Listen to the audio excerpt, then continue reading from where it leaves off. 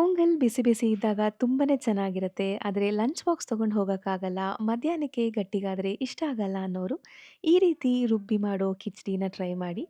ಇದು ಮಧ್ಯಾಹ್ನಕ್ಕೂ ತುಂಬ ಚೆನ್ನಾಗಿರುತ್ತೆ. ಫಸ್ಟು ಹೆಸರುಬೇಳೆನ ಘಮ ಬರೋ ತನಕ ಹುರ್ಕೊಂಡು, ನಂತರ ಅವರೆಕಾಳು ಹಾಕಿ ತೊಳೆದು, ಬೇಯಕ್ಕೆ ಬೇಕಾಗಿರೋಷ್ಟು ನೀರನ್ನ ಹಾಕಿ ಫಸ್ಟ್ ಇದನ್ನು ಬೇಯಿಸ್ಕೊತಾ ಇದ್ದೀನಿ.